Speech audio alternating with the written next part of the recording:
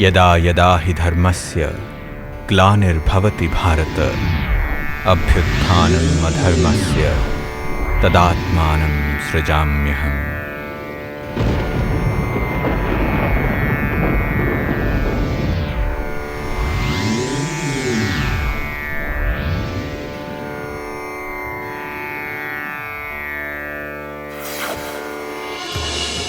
निजानन्दस्वरूपं शिवोऽहं शिवोऽहं, ज्ञानस्वरूपं शिवोऽहं शिवोऽहं, प्रकाशस्वरूपं शिवोऽहं शिवोऽहम्।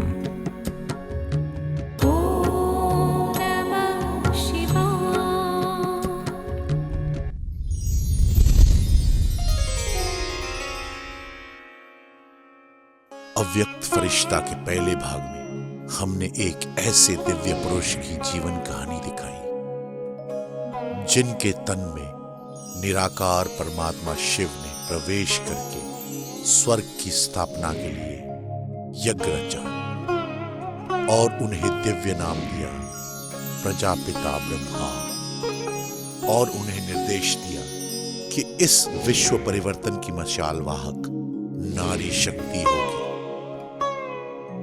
आज हम आपको दिखाएंगे कि ईश्वरीय मार्ग में चलने पर उन माताओं बहनों को किन किन विघ्नों का सामना करना पड़ा और कैसे ब्रह्मा बाबा ने उन सभी अबलाओं की परछाई बन उनके अंग संग खड़े रहे।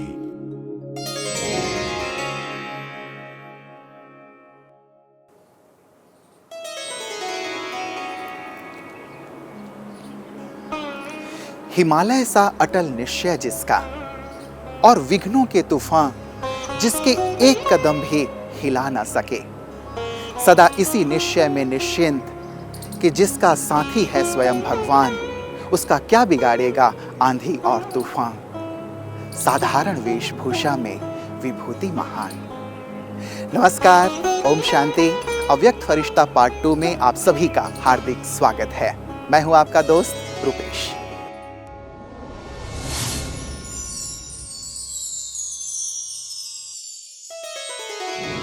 ब्रह्मा बाबा एक ऐसे व्यक्तित्व जिसे स्वयं निराकार परमपिता परमात्मा शिव ने स्वर्ग के निर्माण अर्थ अपना माध्यम बनाया। उन्हें माध्यम बनाकर परमात्मा ने समूचे मानव जाति के कल्याण अर्थ ऐसे दिव्य ज्ञान की खान खोल दी जिसे धारण कर कलयुग का मनुष्य नर से नारायण बन जाए। 1 जनवरी 1937 को विधिवत एक ट्रस्ट बना करके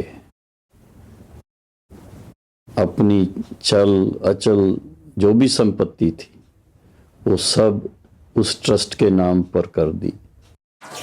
संसार में आज तक एक भी ऐसा व्यक्ति नहीं हुआ जिसने ब्रह्मा बाबा की तरह समाजोत्थान का पताका नारी शक्ति के हाथों सौंपा हो। ब्रह्मा बाबा ने माताओं और बहनों की परछाई बन उन्हें शक्ति स्वरूपा बना दिया। परमपिता परमात्मा शिव ने दादा में प्रवेश करके नर नारी के खान पान से लेकर आचरण तक को बदल दिया और संकल्पों तक को भी शुद्ध कर दिया। पितृवत स्नेह के साथ उनके जीवन को श्रेष्ठ बनाने के लिए सहज रास्ते बताए। परमात्मा की सभी शिक्षाओं को सर्वप्रथम ब्रह्मा बाबा ने आत्मसात करके माताओं बहनों को इस प्रकार सहज रीति से समझाया कि जैसे एक माँ अपने नन्हे बच्चों को उनके स्वास्थ्य के हिसाब से आहार देकर बड़ा करती है। हमारी उनसे मुलाकात हुई, उनको देख करके, उसकी पर्सनैलिटी को देख करके, उनके व्यवहार को देख करके ऐसा महसूस हुआ कि ये सृष्टि के आदि पिता हैं। कराची में सत्संग की शोभा ऐसे होती थी जैसे परियों की सभा लगी हो अथवा हंसों का झुंड बैठा हो। सभी कन्याओं माताओं को भौतिक चकाचौंध से मोड़कर अध्यात्म का राही बना दिया। फिर क्या था, पवित्र गीता ज्ञान को सुनकर अपने आप ही पवित्रता के रास्ते पर वह चल पड़ी और उन्होंने मन ही मन प्रण कर लिया कि अब प्रभु को मन में बसाकर हम योगियों जैसा जीवन ही व्यतीत करेंगे। घर में रहेंगे परंतु कमल पुष्प के समान खुशबूदार जीवन बनाएंगे।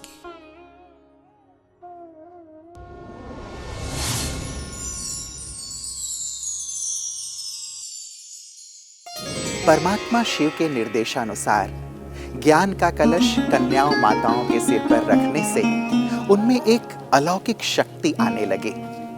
जो कल तक अबला थी, बोलने से हिचकिचाती थीं, आज वो बिल्कुल ज्ञान की गर्जना करने लगी। 12-14 वर्ष की कन्याएं भी विषय विकारों को जीतने के विषय में बहुत सुंदर भाषण करने लगे, लेकिन आध्यात्मिक पढ़ाई में सामाजिक परीक्षाएं पहाड़ बनकर खड़े होने लगे। लोक लांछ, निंदा, भय, ये तमाम प्रकार की चुनौतियां सामने आने लगीं। जो माताएं ज्ञानामृत पीने के लिए आती थीं, उन्हें पारिवारिक स्तर पर काफी यातनाएं मिलने लगी। जो पर्दे नशीन थी, घर के बाहर भी नहीं निकल सकती थी, और वो शेरनियां बन के जब अपने घर में उन्होंने ये बात बताई कि हम विकारों का सेवन नहीं करेंगे, विष नहीं पिएंगे, क्योंकि हम ज्ञानामृत पीते हैं, तो इस बात से घर वाले जो है वो काफ़ी बिगड़ गए थे और उन माताओं कन्याओं के ऊपर बहुत अत्याचार करने लग पड़े थे। घर में बंद कर देते थे, उनको जंजीरों से बांध देते थे, परंतु फिर भी वो इतना उनको ईश्वरीय लगन लग गई थी, जो कैसे भी करके भाग भाग के इस ईश्वरीय विश्वविद्यालय की तरफ आकर्षित होकर के आती थी।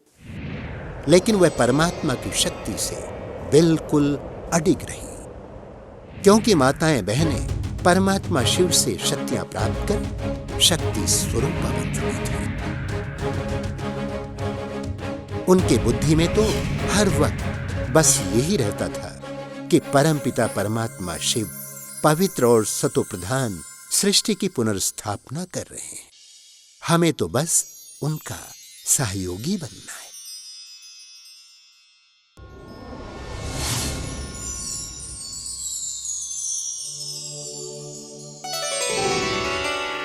प्रजापिता ब्रह्मा बाबा ने जैसे ही माताओं और बहनों को आध्यात्म पथ का राही बनाया और ज्ञान योग में उन्हें निपुण किया, तो नारियों ने अबला से सबला का रूप धारण कर लिया।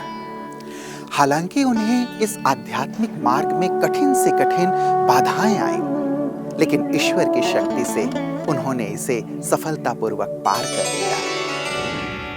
लोग एक और तो हर वर्ष नवरात्रि के पर्व में पवित्र कन्याओं को जगत अम्बा मानकर उनकी पूजा करते हैं, और जब प्रैक्टिकल रीत से कन्याएं इस उत्तम व्रत का मनसा वाचा कर्मणा पालन करके उस पवित्र पद को प्राप्त करने का पुरुषार्थ करती हैं, तो उनके हाथों पर हथौड़े मारते हैं। वहीं पुरुष लोग यदि पवित्रता अर्थात ब्रह्मचर्य का पालन करना चाहते हैं, तब तो वे घर बार छोड़कर संन्यास धारण कर स्त्री को विधवा और बच्चों को यतीम बनाकर चले जाते हैं।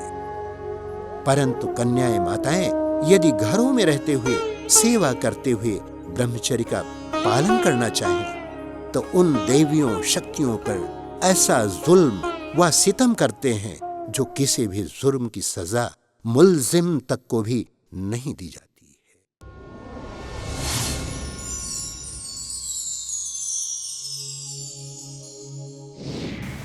आखिर जब एनटीओ मंडली वालों ने देखा कि ये लोग टलने वाले नहीं हैं, इन्हें तो पक्की ईश्वरीय लगन लग गई है, फिर उन्होंने सोचा कि एक दिन दादा का पैसा खत्म होते होते समाप्त हो जाएगा और ये सभी माताएं, बहनें और भाई वापस लौट आएंगे।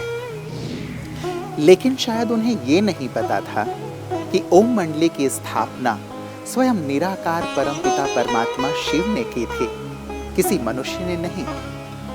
अंत में उन्होंने सभी समाचार पत्रों में ये समाचार छपवा दिया कि कोई भी इस संस्था को धन दान ना दे, ताकि इनका धन समाप्त हो जाए और ये संस्था भी समाप्त हो जाए। लेकिन ओम मंडली का आधार तो त्याग, तपस्या और ईश्वरीय निष्ठा थे। इसे कोई मनुष्य कैसे समाप्त कर सकता था? 14 वर्ष की गहन तपस्या के बाद परमात्मा के निर्देशानुसार भारत पाकिस्तान के विभाजन के पश्चात ये संस्था सन 1950 में राजस्थान के माउंट आबू आई। भारत पाकिस्तान के बंटवारे के बाद 5 मई 1950 को संस्था के संस्थापक प्रजापिता ब्रह्मा बाबा भारत के माउंट आबू आए और ये वही ब्रिज कोठी है जहां पर सबसे पहले उन्होंने आके कदम रखा। आबू रोड रेलवे स्टेशन से उतरने के बाद उनका पूरा का पूरा दल और पूरा का पूरा ओम मंडली के जितने सदस्य थे वो इसी ब्रिज कोठी में आके रहे। करीब 4 सालों तक वो लोग यहाँ पर तपस्या करते रहे और पूरे माउंट आबू से लेकर भारत के पूरे कोने कोने में और देश और दुनिया के तमाम जगहों पर ज्ञान का बीज फुटित हुआ। दादी दादा के साथ यहाँ रह चुकी थी उस समय में, जिस समय दादा ने यहाँ पे कुछ साल गुजारे थे। तो वो आज अभी उन्होंने जब शरीर छोड़ा उससे पहले एक बार यहाँ देखना ही, वो बहुत काफ़ी एक्साइटेड थी ये सब देख के। तब मैंने उनसे पूछा था तो उन्होंने कहा था कि हम दादा के साथ यहाँ रहा करते थे 1950s में।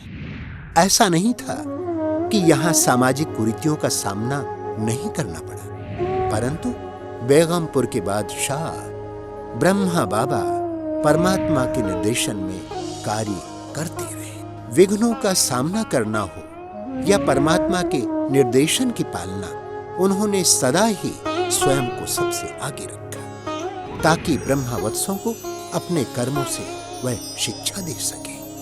कुछ दिनों के बाद पांडव भवन में अपना सत्संग प्रारंभ हुआ और भारत के विभिन्न स्थानों पर ईश्वरीय सेवाओं का विस्तार हुआ।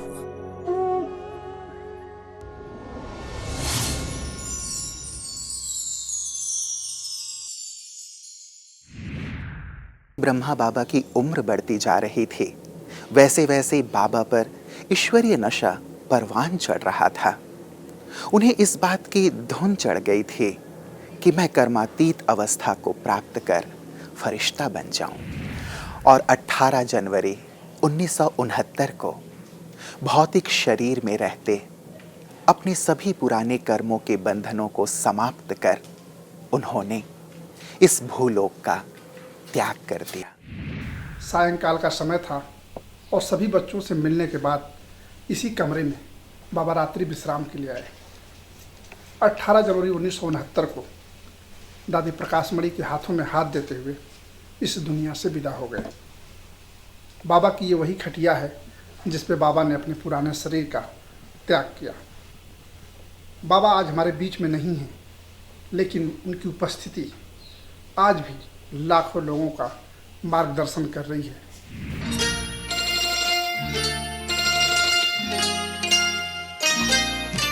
मेरे ब्रह्मा बाबा मधुबन के माली, तुम्हें याद करती ये बगिया तुम्हारी। मेरे ब्रह्मा बाबा मधुबन के माली, तुम्हें याद करती ये बगिया तुम्हारी। महका रहे हैं जग के चमन को हम, फूल तेरे हैं कलियां तुम्हारी। मेरे ब्रह्मा बाबा। ब्रह्मावत्सों के भाग्य के क्या कहने, जिन्होंने निराकार परमात्मा शिव के रथ को साकार में इस धरा पर देखा और उनके अंग संग रहकर उनकी पालना प्राप्त की। आज वही नन्ही कन्याएं पूरे विश्व में दादियों का दर्जा प्राप्त कर चुकी हैं। आज भी परमात्मा जो निर्देश देते हैं उनका पालन करना इनके लिए बहुत सहज है, क्योंकि इनके जहन में प्रजापिता ब्रह्मा बाबा के हर कर्म ऐसे छपे हुए हैं जैसे पत्थर पर लकीर खींची हो। शिव बाबा ने अपना परिचय दिया कि इस ब्रह्मा के द्वारा मैं वही जिन देवताओं की आप पूजा कर रहे हो, ऐसा देवता स्वरूप बनाने के लिए मैं तुमको ये उसका सत्य ज्ञान बताता हूँ। और सचमुच जब उसका विस्तृत रूप से हमें परिचय मिला और उसको हम धारण करते गए और उस धारणा में कहाँ कमी पेशी होती थी, तो पिताश्री हमें बड़े प्यार से और ये हमें महसूस कराता था, देखो बच्चे, ऐसे ऐसे कर्म करने से मन भी कितना भटकता है और भटकने के कारण मनुष्य खुद भी परेशान होता है। तो अपने को क्या ऐसी परी है जो परेशानी को हम खुद ही मोल लें। प्रजापिता ब्रह्मा जिसके द्वारा परमात्मा शिव नई दुनिया की स्थापना करते हैं, उनको देखने के बाद की जो दिव्यता है, उनकी जो पर्सनैलिटी है, उनकी जो प्यूरिटी है, उसकी छाप हमारे दिल के ऊपर छप गई। निराकार परमात्मा शिव ने नर से नारायण बनने की जो शिक्षाएं प्रदान की, उसे धारण करने में ब्रह्मा बाबा प्रथम नंबर पर थे। इसलिए शिव बाबा उन्हें मुरब्बी बच्चा कहते थे। और शिव बाबा ने समस्त ब्रह्मा वत्सों के सम्मुख ब्रह्मा बाप समान बनने का लक्ष्य रखा, जिसे फॉलो कर ब्रह्मा वत्स ब्रह्मा बाबा समान फरिश्ता बन सके।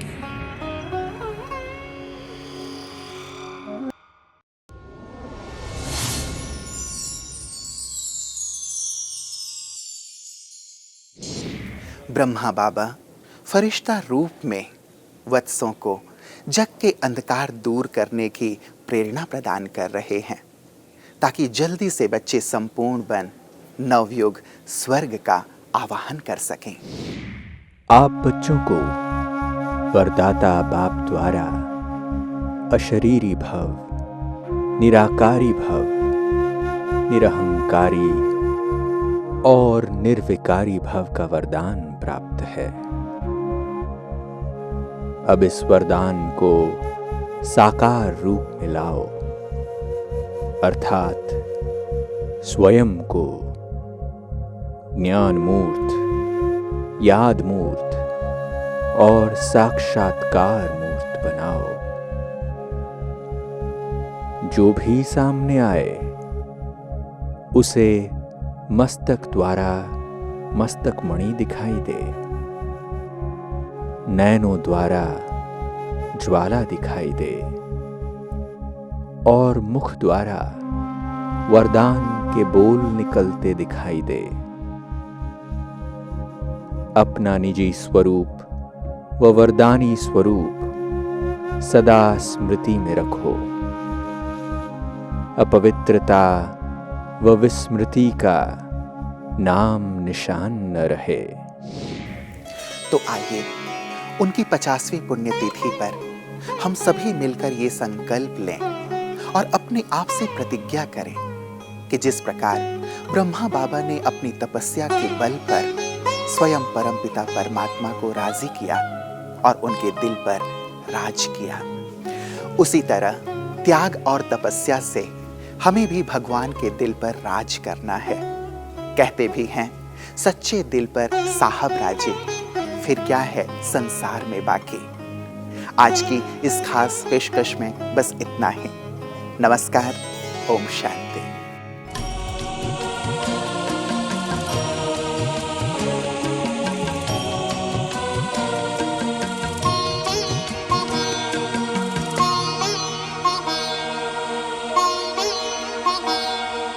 आबू का तीरथ तुमको पुकारे, आ जाओ ब्रह्मा बाबा हमारे।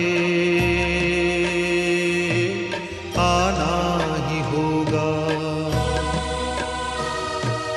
मधुबन तुम्हारी बाट निहारे, आ जाओ ब्रह्मा बाबा हमारे। आना ही होगा। चारों तरफ आज दुख की घड़ी है, आओ तुम्हारी जरूरत पड़ी है। चारों तरफ आज दुख की घड़ी है।